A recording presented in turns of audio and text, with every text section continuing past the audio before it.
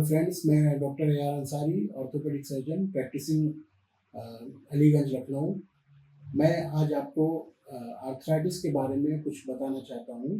Arthritis जो कई तरह की होती है, बेसिकली उसका रिलेशन जो होता है जॉइंट में इन्फ्लेमेशन से होता है, यानी कि सूजन जो है वो जॉइंट्स में आ जाती है और जिसकी वजह से पेन और स्टिफनेस जो है जॉइंट में आ जाता है और हमारी डे टू डे लाइफ भी जो है उससे अफेक्टेड होती है। पेशेंट्स का चलना, यहाँ तक कि उठना बैठना तक मुश्किल हो जाता है। ऑस्टियोआर्थराइटिस के अलावा भी कई और दूसरी तरह की आर्थराइटिस होती हैं, जो गाउटी आर्थराइटिस यूरिक एसिड के बढ़ जाने से होता है, रूमेटॉइड आर्थराइटिस जिसको आम बोलचाल की भाषा में गठिया कहते हैं हम लोग, और दूसरे और भी कॉजेज हो सकते हैं जिसमें इन्फेक्शन हो सकता है या किसी और तरह की डिजीज़ हो जो जॉइंट को डिजनरेट करती है, तो वो भी उसमें कॉजेज में आते हैं। लेकिन बेसिकली जो ऑस्टियोआर्थराइटिस है वो एजिंग प्रोसेस है।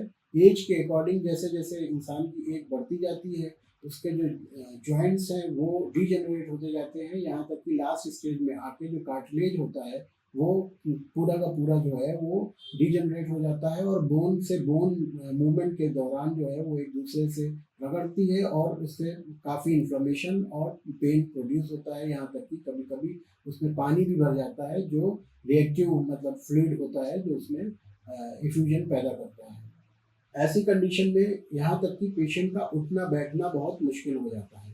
तो ये इसकी जो सीवियरिटी होती है उसको कई ग्रेड में डिवाइड किया गया है, जैसे कि mild, moderate and severe. Mild moderate में तो मेडिसिन और इंजेक्शंस के थ्रू जो है उसको क्योर किया जाता है, उसके इफेक्ट को जो है कम किया जाता है। लेकिन सीवियर ग्रेड में बहुत मुश्किल होता है मेडिसिन से उसको कंट्रोल करना। तो ऐसी कंडीशन में जॉइंट्स का जो रिप्लेसमेंट होता है, टोटल नी ऑर्थोप्लास्टी जिसे कहते हैं, टोटल नी रिप्लेसमेंट, वही रिकमेंडेड होता है क्योंकि उसी से अल्टीमेटली पेन और बाकी जो प्रॉब्लम्स हैं वो ख़त्म होती है।